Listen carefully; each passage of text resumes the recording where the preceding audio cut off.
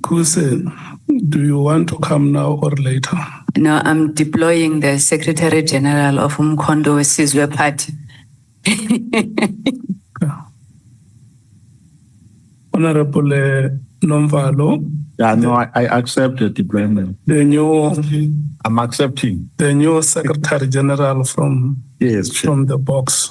Yes, Chair. Remember, now when you speak, you no longer speak as an ordinary honorable member.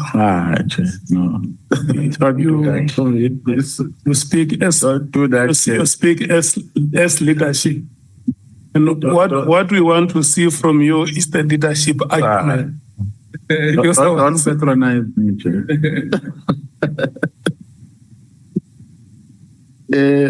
Good afternoon, General. Maybe let me, before I go further with my questions, do what my colleague here has been doing since we started, Honorable Sols.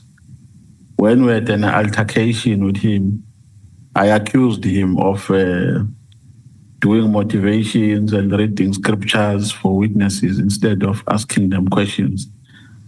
But today, I think I must do what he did or what he has been doing.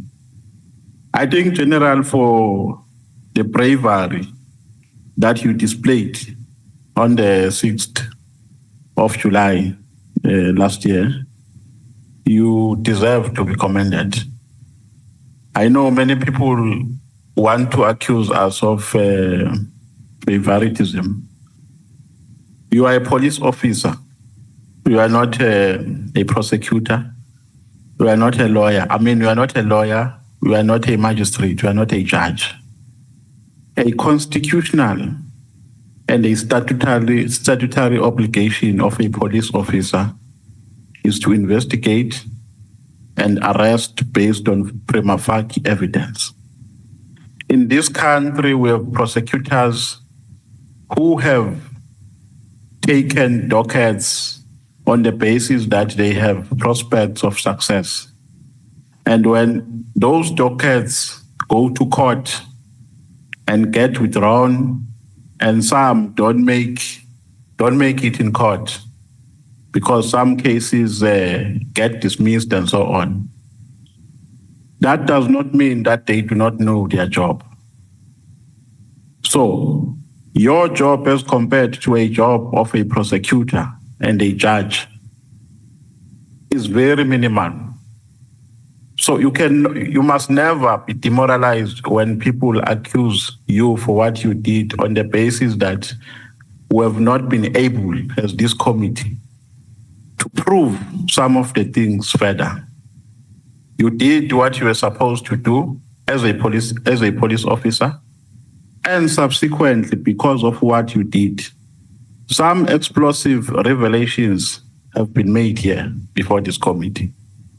If it was not for what you did, the country would have not known the deep-seated rot in our justice cluster.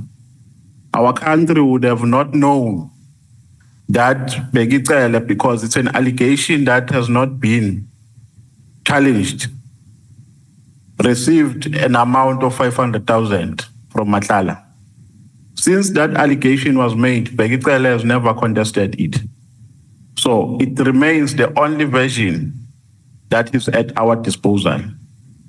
If it was not for the bravery that you expressed, we would have not known the deep-seated rot and the shenanigans that are finding expression in IPIT, because the overwhelming evidence presented here shows that IPIT, to a greater extent, has been captured and has been criminalized. We would have not known the shenanigans that are happening at ADHOC. We would have not known the extent at which the relationship between Mkhwanazi and the Matlala, the extent at which their relationship impacted with the running of SAPS. So I'm saying for all those things, because we shouldn't behave like here you have a responsibility of being a police, a prosecutor, and a judge at the same time. You are a police officer. And on top of that, you are a human being. So if there are mistakes that you made during your press briefing, that cannot be used to characterize you as a dishonest person. That cannot be used to characterize you as a person who lacks credibility. You did what many people have been wanting to do, but because of fear for their jobs and for their lives, have not done. So this country must commend you for that. Because this country, or the justice cluster and the security cluster in particular, is highly compromised.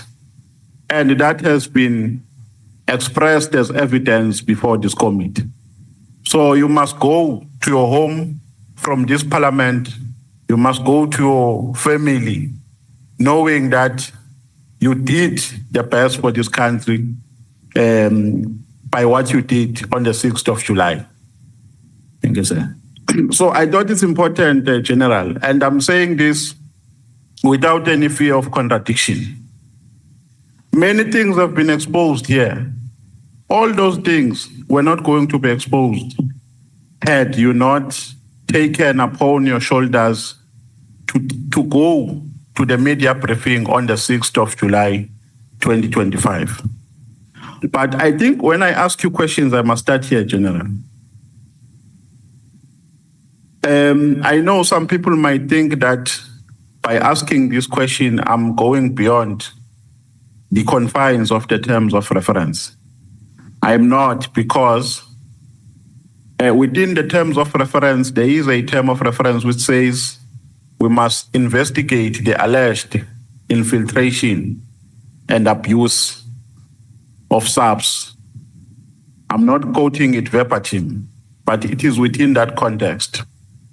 Now, the question I want to ask you about is a question about a man, a businessman in KZN, a man called Kelvin Matibeli, who made serious allegations about you. I know that you took the matter to court, but I think the matter did not deal, the court did not deal with the merits. It only dealt with your application to interdict. So all the merits that and the allegations that he raised when he spoke about you were not dealt with. And therefore, they have not been tested by any court of law, and they are not under any judicial scrutiny. So the allegations that he made, I think you know all of them, General, but I will summarize them. He says, you are working for business bosses. He further says, you are using the police to settle scores, and the police are doing dirty work. They target KZN police. They target certain individuals, and they pretend to be conducting investigations with an intention of killing those individuals. What is your reaction to that? How is your reaction? How do you react to that? Honorable Member, Mr. Matibedi, I did not know him. He believed one of the business people in KZN like many others.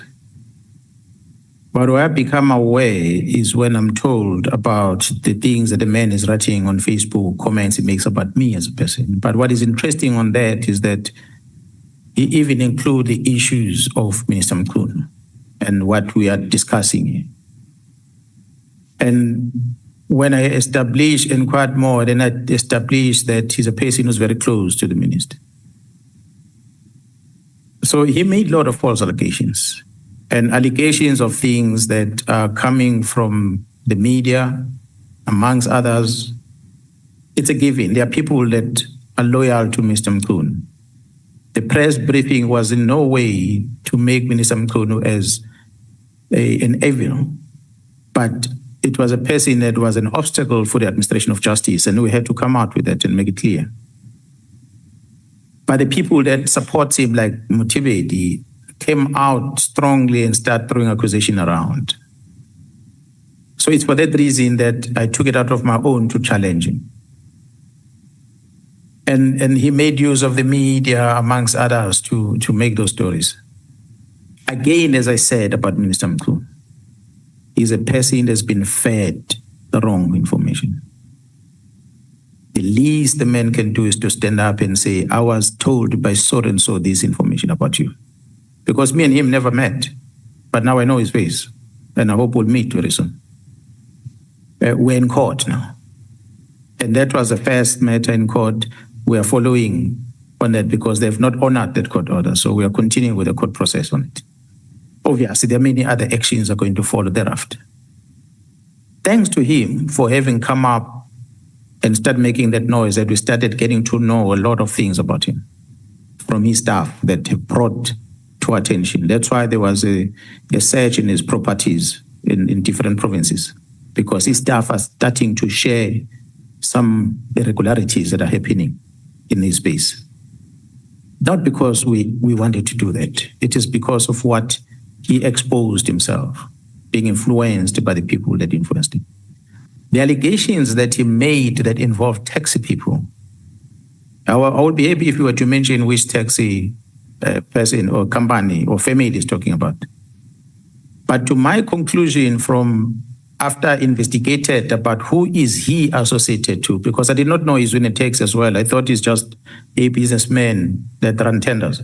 Later I learned the dog is in the tax environment. In actual fact, the police arrested some of his security guards. I think about 2 of them, if I'm mistaken. But when they were arrested, those security guards were protecting one taxi boss in KZN from Inanda Taxi Association, who is the chairperson there. His surname is Getsemani. When that Getsemani was arrested after invasion of a site, a mine in KZN, the police responded. They were arrested. They were detained. His guards, his Mkhwanazi's guards, were amongst the people that were arrested. So that what triggered Getsemani to start accusing the police on a lot of things.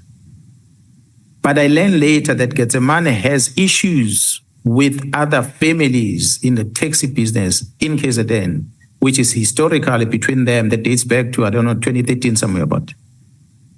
So I then believe that means Mkhwanazi being very close to Getsemani, maybe because Getsemani has issues with another family. It perhaps Mkhwanazi assume that I'm associated with the enemies of Getsemani. So that's my conclusion. But other than that, I have no issues. All the taxi people I engage with, I was there last weekend, Saturday, with another taxi companies before coming down here. I'm not associated with any of them. So whatever he made out there is not the truth. Yeah, maybe I should have declared that I also know Mr. Kelvin Matibele from when I was a member of the ANC.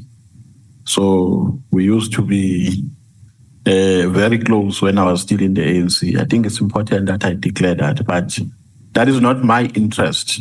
My interest here is finding the truth. And I want to establish the basis for his allegations. Because he says, General, at some point, the police, I don't know whether it was the PKTT or the NIU, raided his house.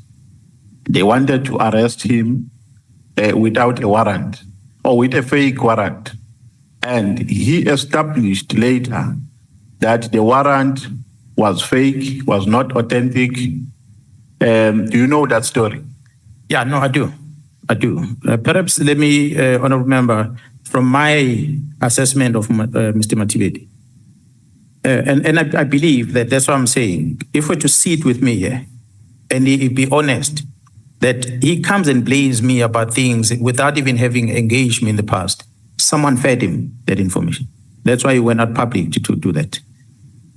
Mr. Matibedi, when his 2 guards are arrested, it is because Mr. Getsemane had engaged with the chief in KZN. That's why the chiefs sometimes get killed themselves, because they become part of these tenders and conflict within the business people. The chief has shares in a mine, but the chief authorizes Mr. Getsemane in exchange of a Toyota Fortuner car that is given to the chief. The chief gives Getsemane the right to take over the mine. He's a shareholder. He's not owning the mine. 10%, I'm told, that is controlling in that mine. But this Getsemane goes to the mine, accompanied by guards. In this mine, he's not a wanted, he's trespassing. So he enters the mine and he says to them, I'm here to take over, I'm in charge of the mine. It's a quarry. Now, the people that are managing, one of the directors managing this mine, is contacted by the officials. And these officials contact him and say, hey, these people are coming here, they are carrying guns, and they are coming to take over the mine. This person then mobilizes the police. Not Mkhwanazi, he phones the police. Police arrives, they arrest these people for trespassing. Matibedi's guards are there. That's where the first grudge with the police comes from. Fast forward, an incident happened in December last year, allegedly, I'm told. An individual made contact with a senior police officer, a detective in KZN, and says, I am Colonel so-and-so from the ADHOC in Gauteng. I'm investigating a case against Matibedi and I've got a warrant of arrest on Matibedi. Can you please help me secure this man while we are traveling down to Durban to come and take him? The police officer says, send me that warrant. And the warrant is emailed to a police officer. The police officer takes this warrant and give it to a captain to take the team and go to Matibedi's house. Remember, they're waiting for this detective to come down. And the verification of the legitimacy of the warrant is done separately. So the team arrives at the house of Matibedi. And when they get there, then they ask, where is Matibedi? The wife says he's not here. They say, no, we've got this warrant of arrest to come and arrest him. That's how he gets to know. They give the copy to the wife. That's how he gets to know the police are looking for him. And then the police communicate back, no, we don't find this person. And the police officer that sent them contacts the ADHOC member, but he doesn't get the ADHOC member. They may contact again, he doesn't get the ADHOC member. So they continue verifying this warrant. They discover that this ADHOC member doesn't exist. And the police have returned. They didn't do anything in the house, but they delivered this to the family. So the police were acting, thinking that they are assisting their fellow colleagues from the ADHOC. It later, fast forward, I don't remember, discovered that that person who pretended to be the ADHOC had used an email of the police in Eastern Cape to send that fake warrant. Date, stamp of the court and everything in it. And that person have defrauded many people, apparently sitting in prison himself in Pretoria. So when you say the police general, are you referring to the PKTT? No. The honorable chair members, maybe let me repeat again. And I want you to always maybe help South Africans. A PKTT has always been made out of less than 200 members in KZN. 200. Their sole mandate is in black and white about cases of political killings and later traditional leadership. Anything outside that does not involve them. There is 19,000 police officers in KZN. 19,000. So it is the rest of the police that are doing the work in KZN and not PKTT. So was it a specific unit or the person who's contacted is a provincial head of one of the detective teams in KZN, in my office. He's the one who's contacted. Actually, the head of organized crime was contacted first, but he said, no, he doesn't have teams to go and assist. He referred it to his brigadier next door, and his brigadier then dispatched his team to go and help. These are brigadiers sitting at the provincial office. They are provincial heads of different units in the province. The PKTT is a team that sits somewhere else. They're not part of the management structure of KZN. They are just there as an intervention for this. Yeah, no, because the reason why I'm asking you further is because the impression that the allegations are giving is that there is a coordinated, concerted effort to deal with Mr. Matibeli as your project.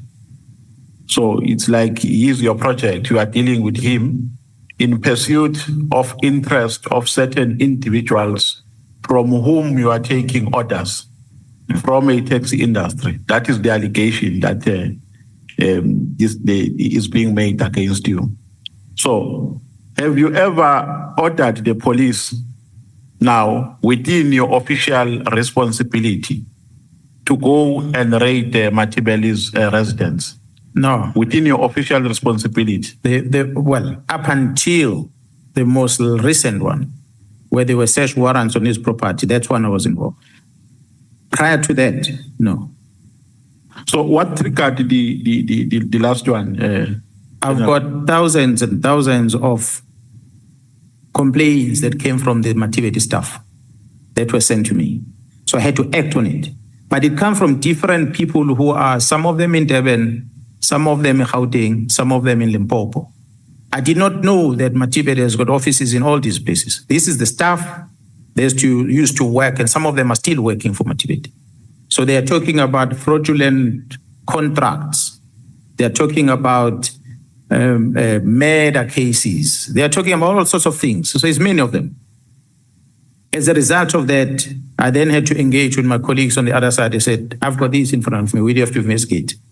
Of course, we had to then make an application to the court to get an authority to search.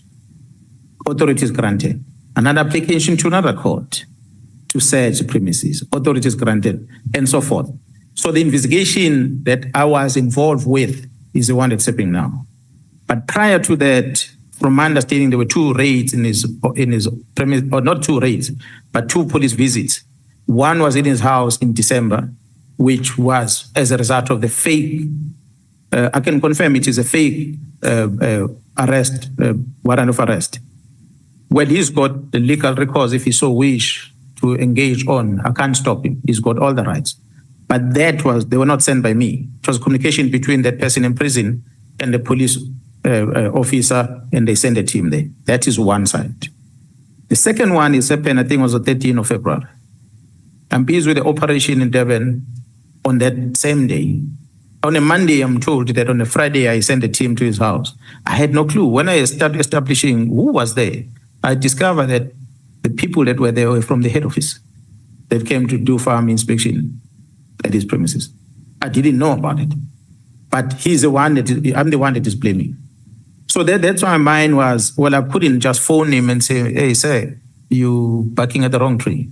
I had to go to court. So please remind me, General, the last raid, did it happen after you took each other to court? After you took him to court? Yeah, the last one happened. The last one. Yeah, after. So do you confirm that it was not a reiteration? No, it's not.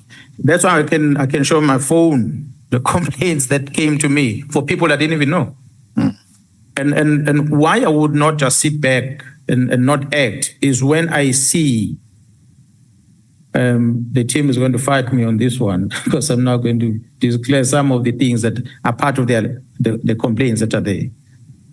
Is that a tender is completed. In this tender, there are certificates. And these certificates must be commissioned.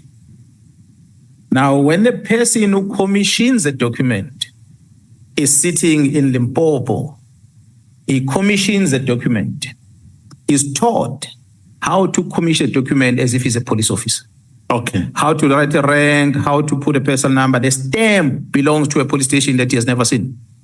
Yeah. He's done this thing in the office. That's what I'm saying. I think, General, It's those type of complaints. I think it's because it's still under investigation. Yeah. I don't want to jeopardize your investigation. All right. I just wanted to get the gist of this altercation. No. Yeah, well, prior to these recent searches that happened in all four provinces, I did not even know him. Okay. For that matter.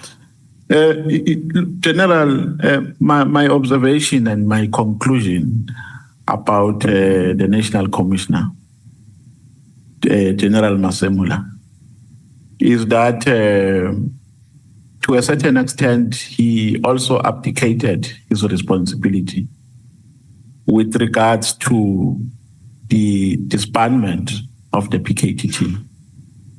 If I can use a silly language, I can say he also slept on duty because he was on leave.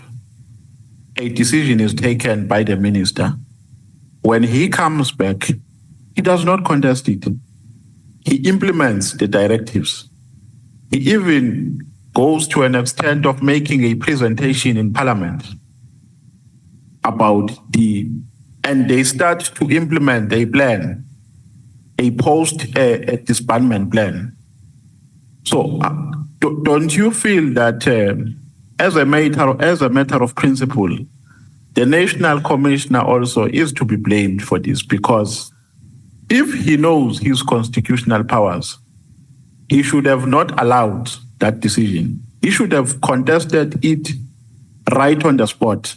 He should have said, no, Minister, you do not have powers to do this. We're not going to implement this.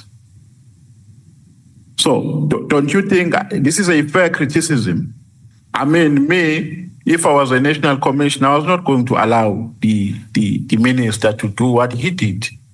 I was going to tell him right in his face that, Minister, you don't have constitutional powers. I am the only person who is the accounting officer here with operational responsibilities. So the National Commissioner as well participated indirectly in violating the Constitution. What is your take on that? Honorable Member, the National Commission and myself are different. His approach on things will not be the same as me, and I'm sure yourself as well. Someone will have asked me, why do you go out public and make these pronouncements that involves one of the things was spoken here, presiding officers or judiciary? Why didn't you complain through the structures that exist? And my response will be, the procedure of complaint is there, but it was going to take long, and I did not trust the process. That's why I felt it is important for me to approach it in this fashion. The National Commission might say, in my approach of things, I was going to get into the same outcome as Jerome Mkhwanazi, but coming in a different way. Yes, I was frustrated, I must tell you that. Because for me, I needed action and action done fast. That's why I took it out of my own to phone the minister in January and to also send him a message in April. Because I felt that I need to engage him directly. But that was not successful. So I've engaged National Commission numerous times, pleading with him to engage the minister and even take it to the president. But of course, he will come back and respond. He's a person that's different than me. I'm sure you've realized that. He's a bit of a calmer guy, which is different than me. So I cannot say what he neglected his work by doing what he did. He might have not agreed with the minister, but not wanting to go directly. Perhaps that's why the reduced way of closing down the team, which is a winding down approach and so forth. And I must say, Honorable Chair members, that the likelihood is that had the minister granted me an audience in January when I asked to meet him, and perhaps the minister convinced me that although it's not immediately, but we might want to get rid of this so that we can move it like this, perhaps I would have agreed with the minister, and if he had that opportunity to sit down with me, listen to me, and we engage and we agree on how we should go about it. But that opportunity was not granted. So for the National Commission, he had an opportunity to engage with the minister, how they engage with each other, how he was able to persuade the minister to say, let's not shut it down immediately, let's have a plan of closing it. I cannot say he was sleeping on duty. Okay. General, when you were making the explosive revelations that you made, the first thing that came into my mind is that was phaguling news. I don't know if you understand that language in Zulu. More phaguling news, ziyaphuma zonke zize kuwena. So that is why you need to hide your face. And that thought came from the prevalent fundamental decay within our institutions. Corruption is everywhere. And we've seen good men and women in this country trying to expose corruption with no success. Some have been victimized. Some have been killed. Abanye today, bane ndandane. I mean, bane ngane ezingenawo ama-breadwinners because they stood on the side of principle. So, have you not become vulnerable since the revelations? Have you not been attacked? Has your family not been affected by this whole thing? How are you surviving? Because even people who don't know you, they know you now. Some are characterizing you as a rogue individual. Some are saying you are a killer. Some are battery inkabi, we poison inkabi, and so on. And I'm sure that affects your family as well. So since the explosive revelations you made, how have you been surviving? Yeah, well, I said before, and I will say it again, we all shall die, and nobody will live forever. It depends how you die as a person. I'm not much of a Christian. Christians tend to be afraid of dying a lot, and yet they pray. But I'm not necessarily worried about dying. If death gets me, it will get me. That's why I can still walk out here and play with explosives. That's why I can walk out here and do skydiving. That's why I can do, because anything can happen there, you can die. That's why I can still fly from one point to another, not being worried that the airplane will crash. So death will catch us all. But I must say, honorable member, that this action of the 6th, I took a conscious decision that I will stand for the truth, knowing that indeed my family is going to be affected.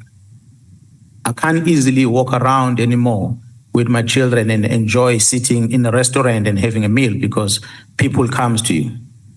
You can't go and participate in any other place where normal human beings go to because people come to you. I'm the person that likes freedom, but I don't like to be guarded all the time. That's why I've said, and I'm saying, those who might be planning something, they must move with speed if it happens.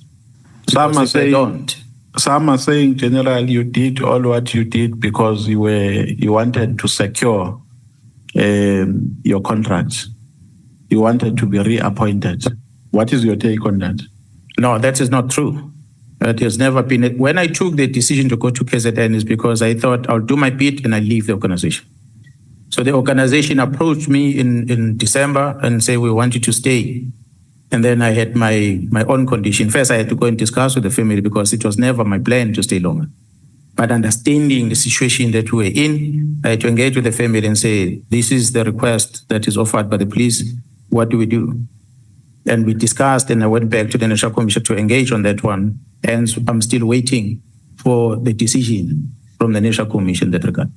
So okay. It's not me that applies. The law doesn't apply. Once you choose to become honorable chair members, I was sitting as a lieutenant general in the head office. And that employment was going to keep me there until I turned 60. But I voluntarily left that contract. And I took a 5-year contract with not a single cent in addition.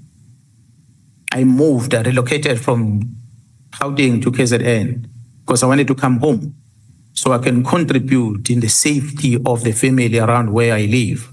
So that after 5 years when I retire, I can live in a peaceful environment. So me going to KZN had nothing to do with the money or the contract. It was voluntarily.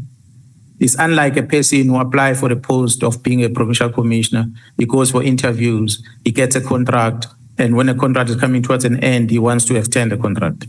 For me, it was different. I was a general already at this level in Pretoria for many years already. Okay.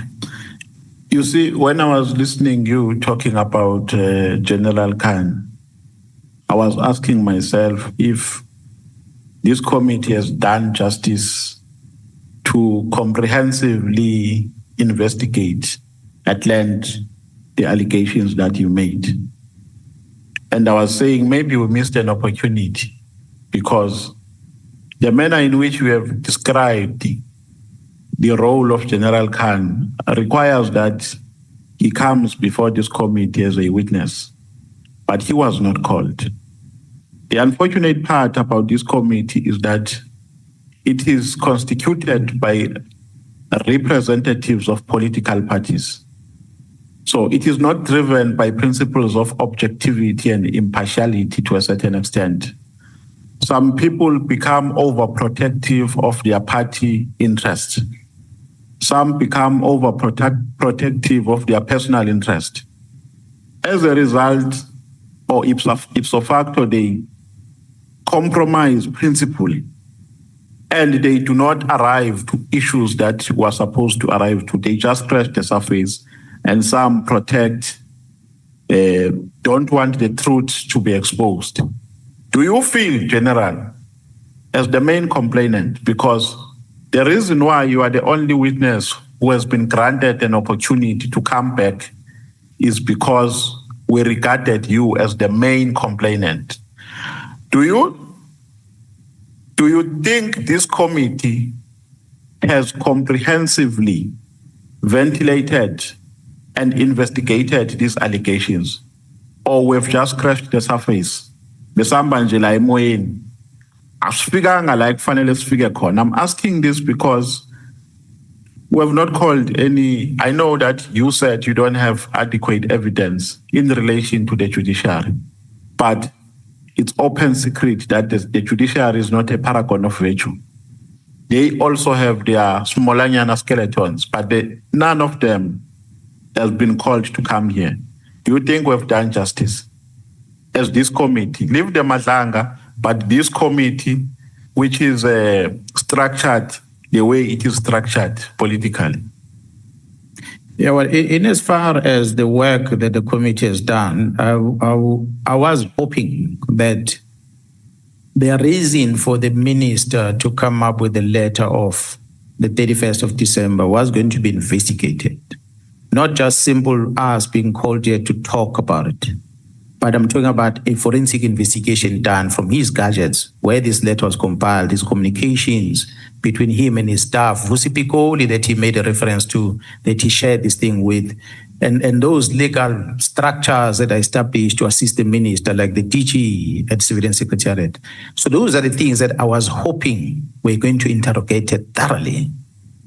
And I feel they were not thoroughly interrogated.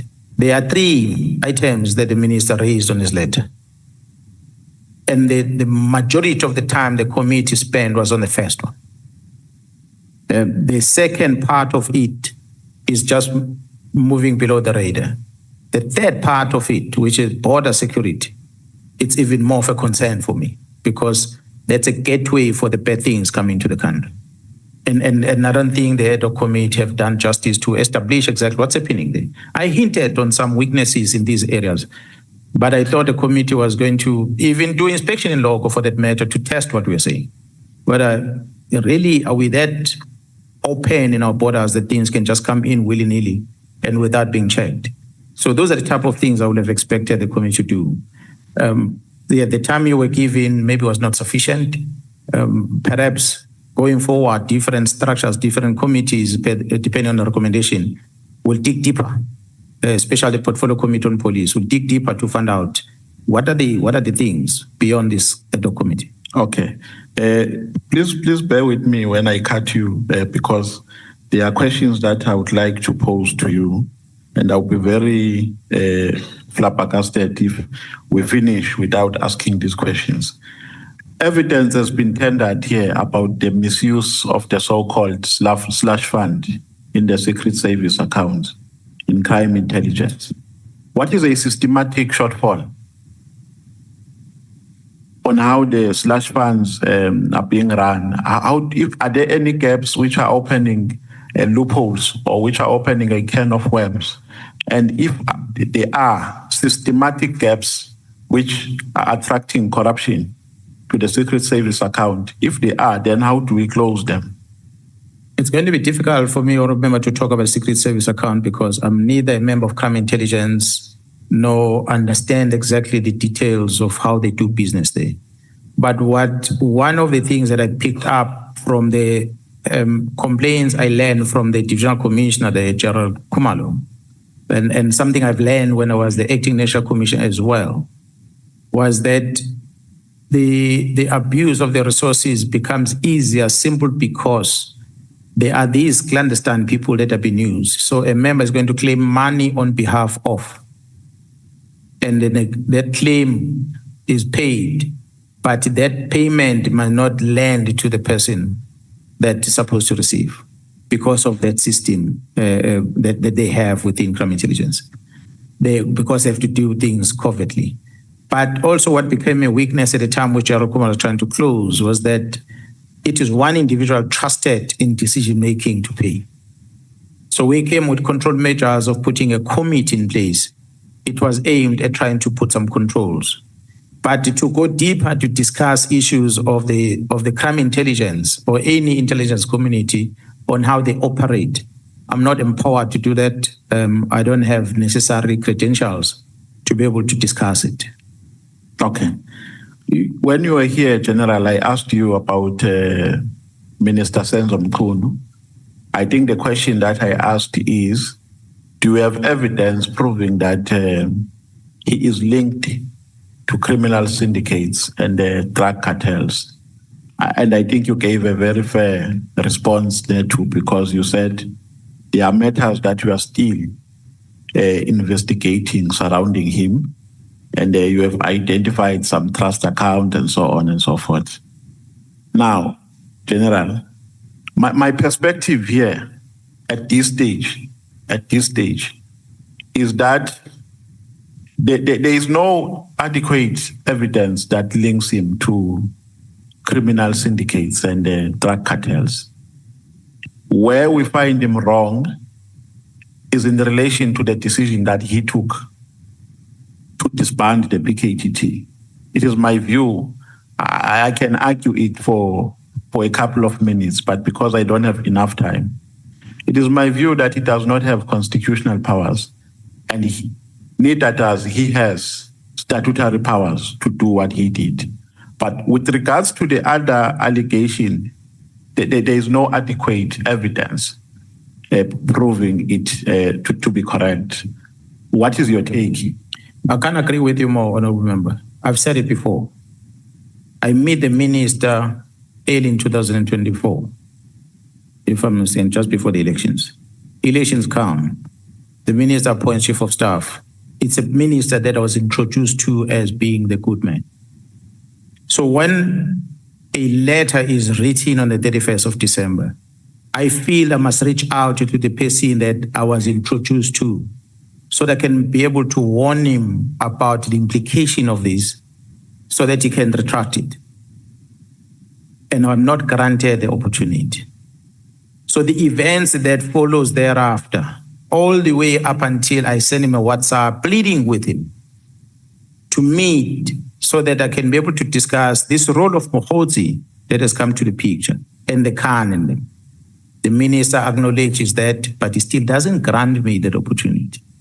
And then other evidences that comes out, we then realize that minister was consciously aware about the intentions of the people that are rogue within the organization to shut down this team. To what extent did he know that they were going to shut down the team? For what purpose? I'm not sure whether we have the reason for that for now. This statement of someone that comes from prison that seems to suggest certain things, and the witness E at the Matlanga Commission that recorded the minister when he was pleading with him to give a statement, and the presentation the minister made here regarding the work study investigation, amongst others, it made me conclude that the minister is protecting people. He's using justification that does not exist. CFO disputed, everyone else disputed what he presents here as the reason for the letter. So it then leaves me with one conclusion. He was assisting the CBS who in turn are assisting the cartel squad. So when you are assisting in that fashion, you might not be directly involved, but directly you are allowing the criminality to take place. So that is my conclusion. That's why I kept on saying, if he was honest, he was going to say, I was influenced by so and so and so and so and so and so. And you can easily forgive him for that. But he's not being honest about that. He says he's an author. If he's an author, then he gets into the constitutional question. What gives you the powers? That's what. Thank you, General. Unfortunately, we have run out of time. Thank you very much. Thanks, sir. Honorable Shongwa. Chair, can I give my chance to Boss Kosan? I really need to restructure my questions. You have 25 minutes. Sorry, Chair? You have 25 minutes. The only time we have now is towards break. So we can't run for more than 25 minutes. No, it's fine. We can continue then. Kwalikos, Inhlonishwa. yaphila mphathi. Siyaphila njani manje? Hayi asibonga. Ndaba ezithi angiqale la waqala khona nawe owakwenza. Waya ebantwini emva kokuthi ubone ukuthi ikomiti lamaphoyisa lenza ngendlela efanele. Angiqale ngokuthi ngicele ebantwini base South Africa ndaba ezinto futhi thatha ithuba lokuthi ngibabongele ekubeni nesibindi esingaka. Thatha umndeni wakho, thatha ifreedom yakho uyifake kule nkinga engaka. Cabanga ukuthi nathi sibasha la eParliament sithole sikuleso simo leso sokuthi uma sidibana nezinto siyibuze ukuthi ngabe sizela isalary la eParliament noma sizela ukuzothi izwe lakithi ngalishintshe ngengqumo esiyithathayo. Ngithi ngiyibongele kakhulu kwalenkosi South Africa. Ngicabanga ukuthi uhleli lapha uyona ingelosi futhi awuyena umuntu owenze ukudlula abanye kahle. Kodwa okwenzile kuyisiqalo sokushintsha izwe lethu ukuze lithathe i-direction right.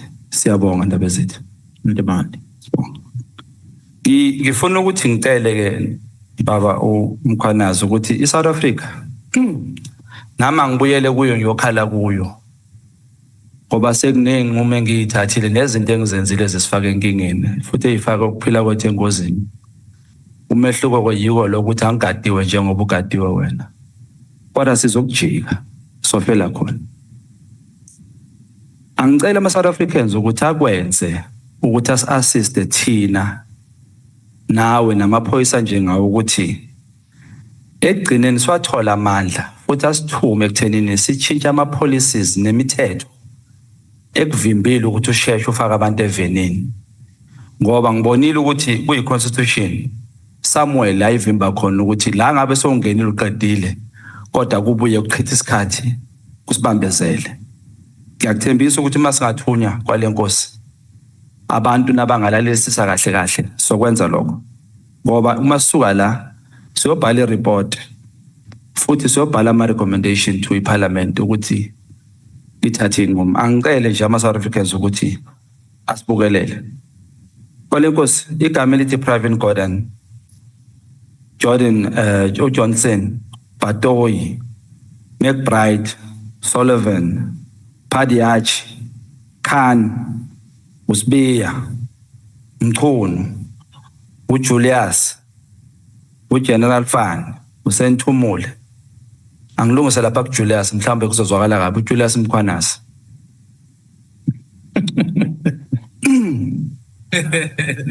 I'll fix the error. Bengizoqhubeka ngikhulume ngabo. Kodwa manje na umbuzo wami. Uthinte kumculi engimthanda kakhulu ndaba ezethu. Uzingwe Malo. In the big five, who is Zingwe Malo? What we know is that amongst the people that are within the big five, that there are many business people that are associated with them. There are many politicians that are associated with them, and some of them has been spoken about in public. But it does not necessarily make them to be the big five. I said earlier, in one of the farm in north of Pretoria, it became like another arm of government, where all these high-profile people, business, politicians, and everyone were accounting it. So for now, what we have on record that Nomvalo is one of the business people that are associated with the people, not to make him a big five, but because of his business interest that he had that involved some of the people, he ended up in that space, and he's not the only one. You will see a lot of photos, a lot of names of others. Does not necessarily mean that they are part of Big Five. They are associated with these people one way or another. It does not necessarily make them Big Five. So from the records that we have of Nomvalo, he's, I think, one of the people that became closer through the taxi finance, if I'm not mistaken. He was facilitating people in South Africa to get funding for taxis. And the taxis were controlled, or the Santaco was controlled in that space. So that's why I think he lands in that space and his name is popping up all the time. Ngibonge baba. Amaphoyisa njengalawa afuna ukuba njengawe, abopha abantu kwangempela.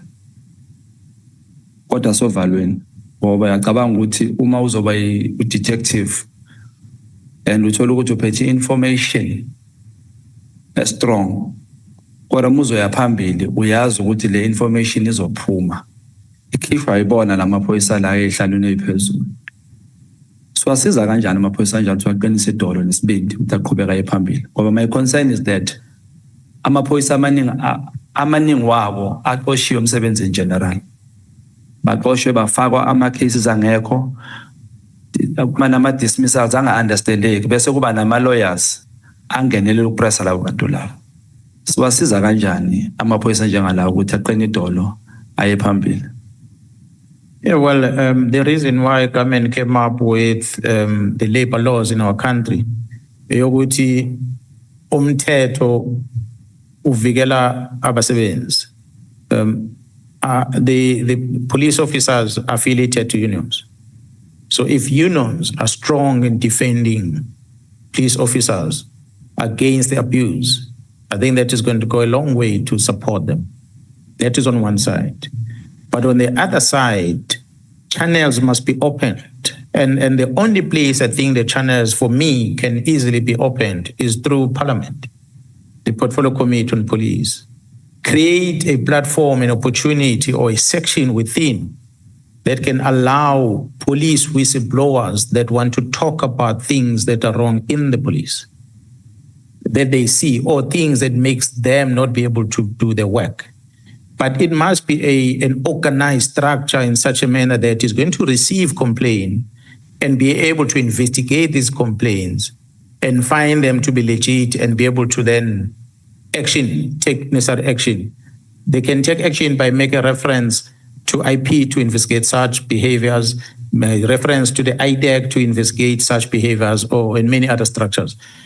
But if the individual committee members are going to be receiving calls from police officers and they don't investigate, you write a question in Parliament that goes in, it's not a solution. The question in Parliament will not solve the problem of a police officer. So we as senior managers might be doing something wrong that the junior member is aware of, but is afraid, as we are saying, to speak out because he's going to be reprimanded. We're going to charge and discipline and dismiss. There must then be a platform, at least in a secured environment, which I think the Parliament might be one of the secured environment, where this police officer is able to depose of his challenges, because IP is created for the purpose. But we've seen a number of cases that IP has in their position where there's no traction in terms of investigation. I don't know the reason. We're hearing of the bad things that IPs are doing nowadays, which then creates a doubt about their capabilities. So Parliament must be then the place where one can cry. Presidents have created a complaint structure there.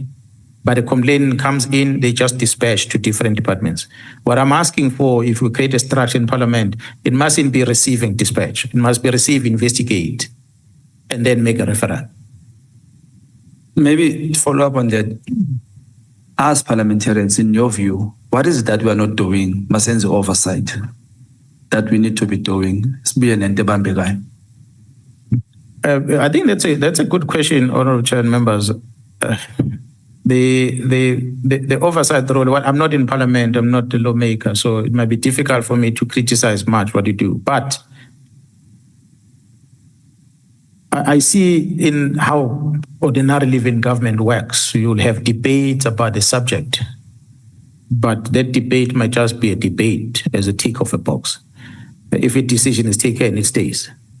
So same with the oversight. You might find something wrong in a department, but what are the legal things you do as an oversight body that holds an accounting officer accountable?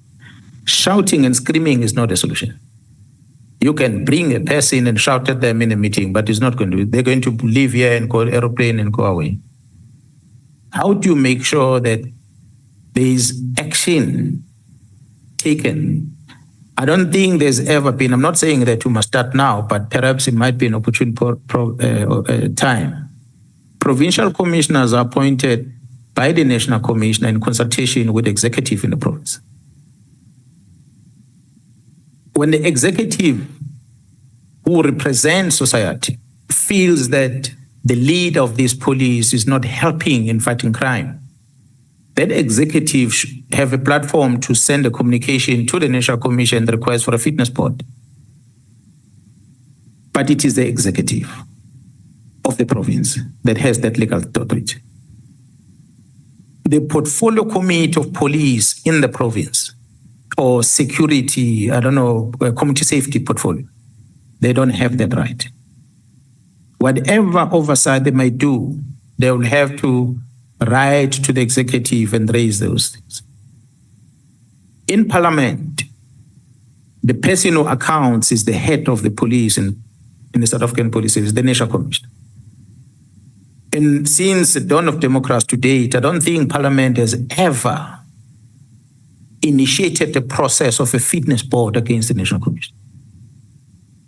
It becomes a decision of the president to say we're dealing with this one or we're not dealing with. But the Parliament, who does oversight, who see the wrong, who have asked for the report, presentations, make suggestions, and there's total ignorance on the things that the law says we must do.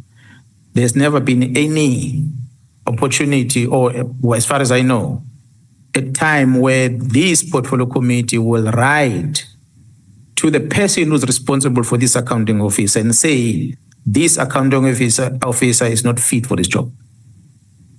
Take action. All the departments, DGs, are appointed by the president. I'm not sure whether the past president and the current has ever received anything from Parliament that says, Mr. President, we are asking you to take action against this DG or against this National Commission, against this general. So I think those are some of the things that we might start want to look at. Because if failure to do that, it means you do oversight over an institution where you really don't have any say on it. You are just calling them to shout at them and they leave again. They come back tomorrow, they leave again. It's the same thing. You'll do that and you become famous to be a very active parliamentarian, but the person you are active on remains in the position.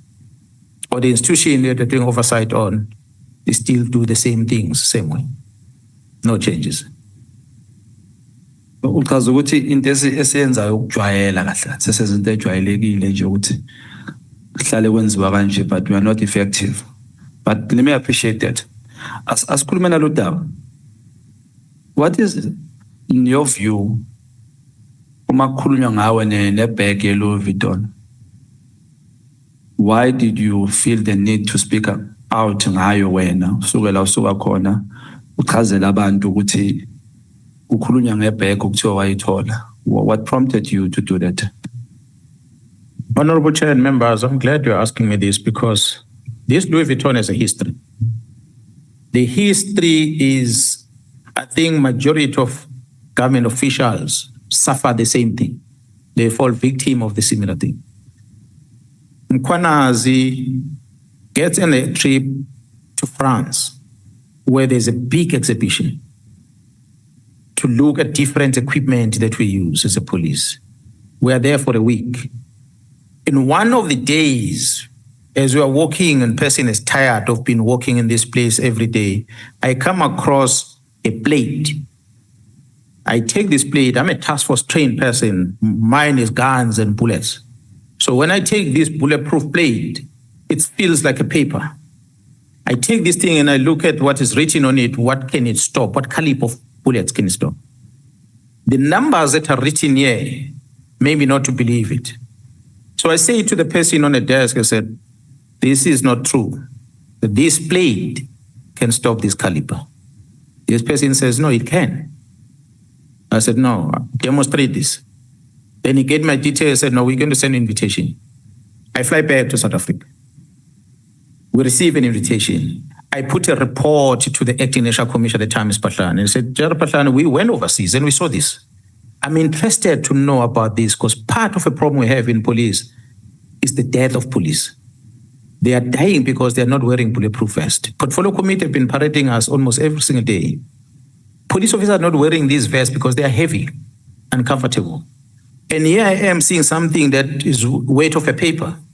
And they say can stop the same caliber of the weapons that we are protecting our members against. I want to test this. So General Patlan approves that, no, we can go on invitation back to Germany this time, not in France, to where the company is, to go and test. Remember, I'm the task force person and mine is managing the tactical teams. I'm not a ballistic expert. So I won't be able to go details about what this plate is supposed to have. That's why we have to get forensic people to come with us. A colonel from forensic in Cape Town came with us. So we travel, we go to Germany. In Germany, they take this plate, they put it in microwave with a high temperature degree. They take it after a microwave, they put it in a bucket full of water. They take it from there, they drop heavy object on top of it to mess up with the material of this thing. From there, they put it against the clay. And they ask us, what is the speed of the bullet that we use in South Africa? They load up this bullet and they shoot this thing. 7 bullets goes into it. Not a single one goes through. 2 AK-47, 2 R5s, pistol, and the likes that goes into this. Nothing passes. And for me, it was a wow. I've never seen this. The clay at the back, it's an indication of the impact for those that knows the gun. You put a clay in the plate. When you shoot, the bullet may not go through, but the impact, the trauma is going to cause on the body, you're going to see on the hole that is going to be created on this clay. That size of that hole is going to tell you that the trauma, nonetheless, although bullet didn't go through, but the trauma can kill a person. So the plate must not be able to allow that trauma. It must resist even that trauma. So this plate passes everything. I still asked the colonel that was with us, I said, why are we using such a heavy things and not this? So they asked us, what plate are you using? We said ceramic. And then our colonel says the reason we're using ceramic plate because in our specs as the police, we have the specification of a bulletproof vest that must stop an armor-piercing bullet. I don't know if you know the difference. The armor-piercing is the one that goes through steel. So the only thing that will stop that bullet is a ceramic plate. And ceramic plates are heavy. That is one. But 2, ceramic plates are easy to break. When you drop it like this, it can crack. So once it cracks, the integrity of it is compromised. This ceramic plate must be evaluated every 5 years. Do we do that in the police? We don't. So we walk around with bulletproof vests that we have been wearing for 10 years, thinking they can still stop a bullet, but we don't know because we're not retesting it. So that was a concern. I come back into South Africa. I speak to my management and I say, and I made a recommendation report, Gerald, I think we need to acquire some of these things and evaluate them with the aim of changing our bulletproof vest in the organization. But he says, no, well, start the process. Now, in starting the process, I'm the one that initiates this. So I engage with General Arlo, who's the head of support at Division HRD, and I say, General, can we have a budget to buy this? Because remember, this is not budgeted for by supply chain. It's an evaluation. We want to evaluate a new product. So Gerald Arrow makes the budget available, said, no, we can only afford so much. And there were about 200 of them. We make an application to the division that is responsible for buying, that is supply chain. We say, we request you to get hold of this. This plate is in Germany. We'll want to bring it here into the country so we can test this. With the procurement rules of South Africa, supply chain should have gone straight to that company and get this thing to come in, but they didn't do that. They went via a local service provider. How do they source the local service provider? I do not know. In my understanding, there was no one who was providing a service of that bulletproof in the country when we met with the company. But later we learned that no, there's a service provider in South Africa that can import this thing. So supply chain goes and buy through that service provider. First batch 200 is delivered as per our request. It comes. So we take these things to different units for testing. It's an evaluation procurement. General Arrow come with a proposal. Arlo, he was working at HRD. He says to me, General, why don't we increase this number of these vets from 200 to 1,000 so that we do the assessment of Pretoria West Academy? There's 2,000 students in that college. We do the full medical assessment. We give 1,000 of them these new plates, new bulletproof. We give the other 1,000 of them the older ones. After 6 months of running with these, we re-evaluate them medically to see the impact on their spinal cord and their bodies and everything else that the ceramic plate that is heavy has on the body versus this light one. So I said, but we're going to need money to do that. He said, no, we have some savings in the budget, we can do that. And I said, okay, so let's make an application. We do. But remember, we don't buy. We apply to supply chain. Supply chain wants to source these things, but obvious, the head of supply chain must engage with the CFO, which is Gerald Skete at the time. So then they decided, two of them said, but we've already bought this thing and it was beyond the money that we're supposed to buy on quotation, we must buy through tender. Because it's for evaluation, we're able to source it. But the second batch is going to be expensive for us to get it directly. Let's go to Treasury and ask for permission. They wrote to National Treasury. They asked for permission. National Treasury said, no, but you've got the 200 to evaluate. The reason you are giving for the evaluation of to buying the others, we cannot agree with it. Go on tender if you want to buy the others. So the response come back, and that way it stalled. To my understanding, because the response we got back from supply chain said, no, Treasury didn't approve, so we can't buy. So we live with that. We cannot buy. But I didn't know that the company that was procured from the 200, supply chain, when they received the second request from us, while they're asking for permission from Treasury, they told the company to bring more. The order is coming. And the company ordered. But when the company ordered, they got the finance, I'm told, from First National Bank. They got the loan and they ordered the staff to come into the country. But when Treasury said no to it, supply chain did not send an order to the service provider. So the service provider suffered because he's got the product into the country, costing millions, and he's got no order. That was his, I think, stupidity that he did. But when there were investigations that were done by IP and many other people, it appears that someone from within the bank, they approached these members and said, this person owes us money. He asked for money because of bulletproof, but he's not paying us. That is what started everything to say this person received this bulletproof and the investigation was lodged. I'm told they raided these companies' offices, but they realized actually there was no order from supply chain. So they seized these gadgets, computers, and they did everything. That is on one side. But on the other side, I had asked the SC to help me yesterday. Remember those numbers that I asked if you can open them for me so we can reference to? I don't know if you saved them. I hope you did.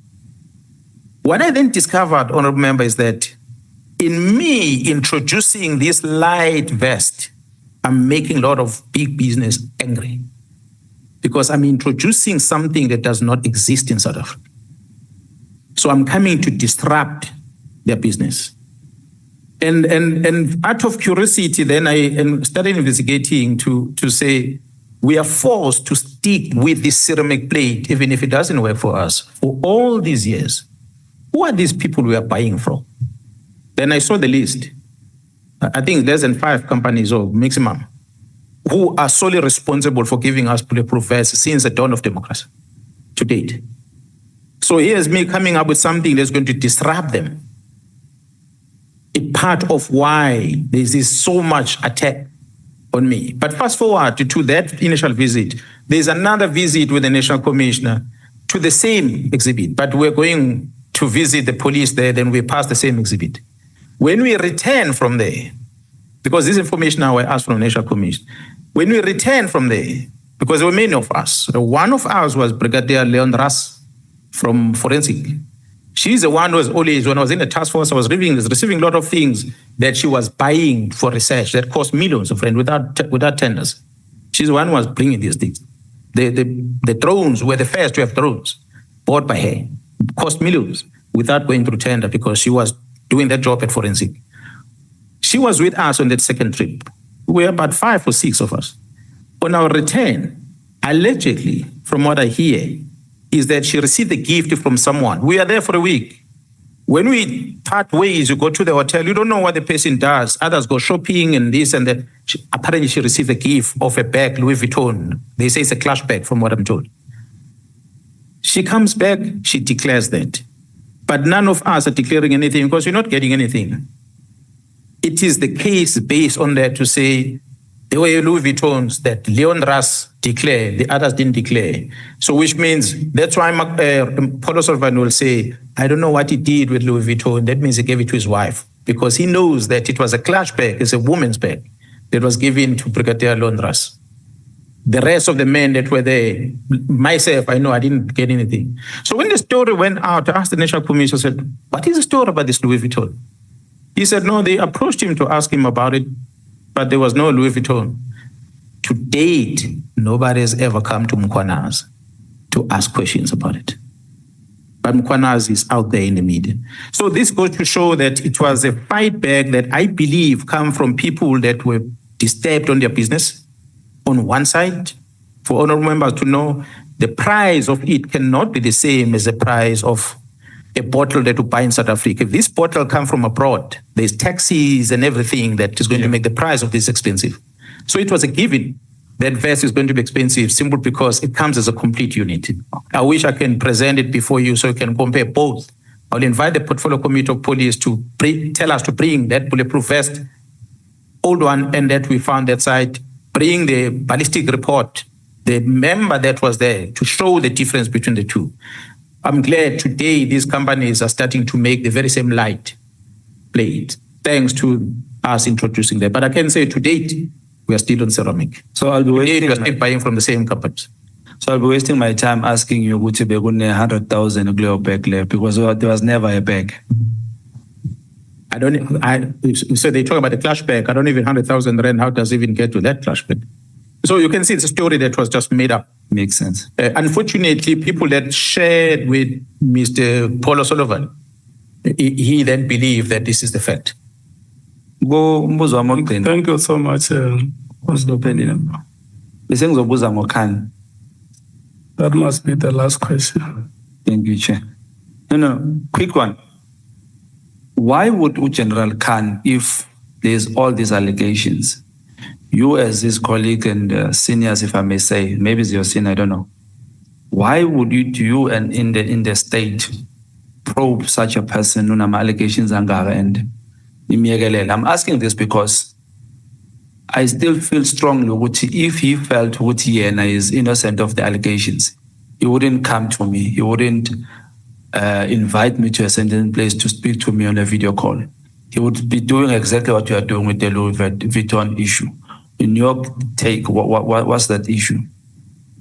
I really don't know. I don't know because he's not working under my command. With all what I know, if he was working under my command, I would have taken action long time ago. But he does not work under my command, so I cannot be able to answer as to why there's no action taken against him. It seems to be, even in this committee, is missing. he find a way of dodging everything. I do hope that the police commissioner will do something drastically this time.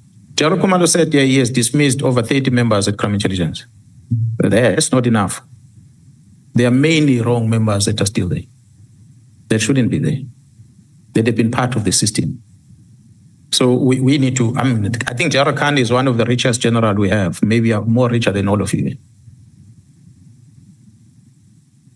Waltabulizwe mfoka kwale nkosi asibonge baba Mkhwanazi inkosi kubusise. Thank you so much. We take a break. We come back at 20 minutes to 6. I want to remind you that your staff members want you outside again now. Thank you so much.